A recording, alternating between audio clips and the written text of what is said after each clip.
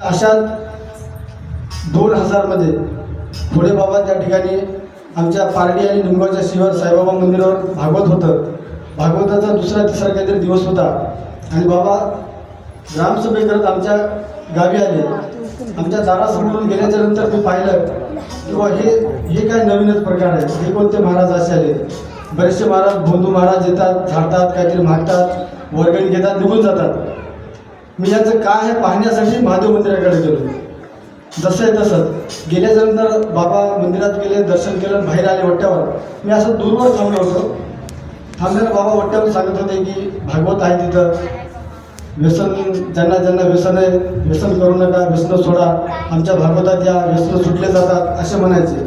पण आम्ही म्हणलं असे भोंदू महाराज खूप येतात, काहीतरी ज्वारी मागायची असेल किंवा गहू मागायचे असतील किंवा पैसे मागायचे असतील, हे त्यांचं नेहमीचंच काम असते.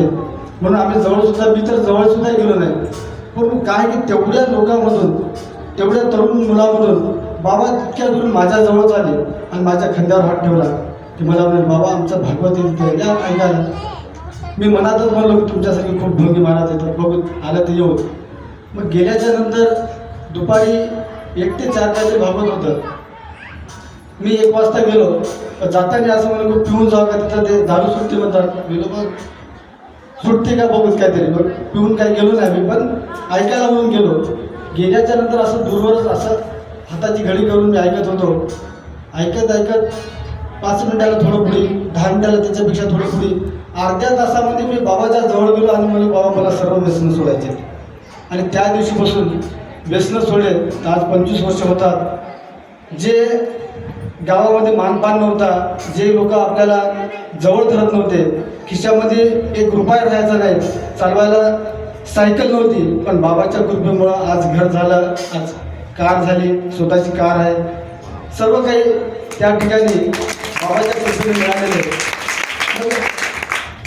की एवढं हे चमत्कार कसा झाला. खराटा आणि धुळीचा चमत्कार आहे. आणि देव कळायला खरंच त्याला दिव्यदृष्टी लागते म्हणतात किंवा अंतर्मन लागते. आम्हाला काही दिव्यदृष्टी नाही, काही नाही, पण आम्हाला देव कळला. खरंच इसापूरमध्ये मधुकर बाबा आणि रामेश्वर बाबाच्या रूपामध्ये देव आहे हे कित्येक जणांना माहीत नाही, पण आम्हाला माहीत आहे की खरंच देव आहे. आम्ही काय होतो, आम्ही दगड होतो.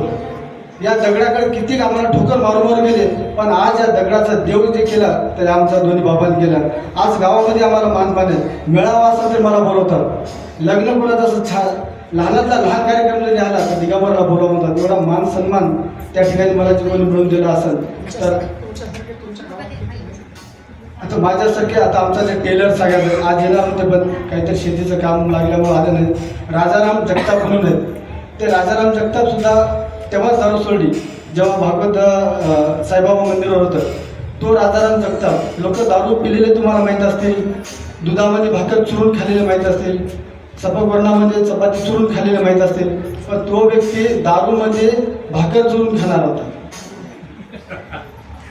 त्या माणसानं सुद्धा त्या ठिकाणी येऊन दारू सोडली आणि आज त्याच्या 5-6 मुली, 5 मुलीचं लग्न झालं, मुलगा चांगलं शिकायला, स्लॅबचं घर बांधलं, सर्व काही त्या ठिकाणी तो चांगलं जीवन जगते. पण एवढं जे होते एका एकरमध्ये एवढं होऊ शकतं काय? होऊ शकत नाही. पण कुठेतरी संतांची आणि देवाची कृपा या 2 महाराजांची, बाबांची नव्हे तर या महाराजांच्या माध्यमातून देवाचीच कृपा आमच्या गावाला झालेली आहे. असे अनेक जण जे गेल्या भागवतात आमच्या रामेश्वरजी महाराजांचं त्या ठिकाणी भागवत होतं, तर तिथं आनंद शिंदे नावाचा एक मिस्त्री होता. तो दारू सोडायला आला, खूप पिऊन होता, त्याचे गालाबिला असे सुजले होते दारू पिऊन की काही दिवसाला तो व्यक्ती वारणार. आणि दारू सोडायला आल्यानंतर आमचे दादा मोळके साहेब म्हणले की बाय तू कशाला आला, म्हणजे एवढं पिऊन येणार होते का, तू काय दारू सोडतो का? परंतु ते आला, बसला, ऐकलं आणि त्यानं गेल्या वर्षी दारू सोडली बाबा. तर सोडल्याच्या नंतर आज 1 वर्षामध्ये त्याचा सत्कार सुद्धा आपण त्या ठिकाणी केला.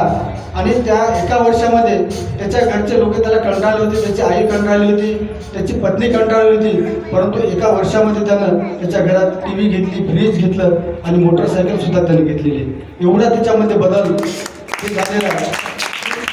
खरंच आपण ओळखता आलं पाहिजे. आता तुम्ही तर खूप भाग्यवान आहात, तुमच्या गावामध्येच जे संत आहेत, तुमच्या गावामध्येच देव आहेत, तुम्हाला सांगायची काही तेवढी आवश्यकता नाही. परंतु ज्याला कुठेही मानपान नाही, ज्याला कुठे कोणी मानणारं नाही त्या व्यक्तीला एवढा मानपान आणि त्या व्यक्तीला एवढं म्हणजे वैभव त्या ठिकाणी मिळालेले की माझ्यासारख्या सर्वसामान्य शेतकरी कुटुंबातील मुलाला जर एवढं मिळत असेल ह्या दारू सोडल्यामुळं तर निश्चितच आपण सुद्धा सर्वांनी आपण तर व्यसनमुक्त नसाल पण जे कोणी बाहेर ऐकत असतील किंवा बाहेरगावचे असतील त्यांनी या सत्संगामध्ये येऊन निश्चित आपण ऐकावं व्यसन सोडा म्हणून आता आपोआपच मन या ठिकाणी आपल्या त्या वाईट याच्यामधून दूर होते आणि दोन्ही बाबांच्या आमच्या घराला स्पर्श झाला.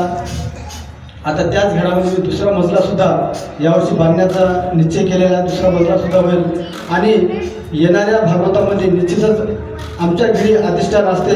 परत सर्व गावकऱ्याला मी विनंती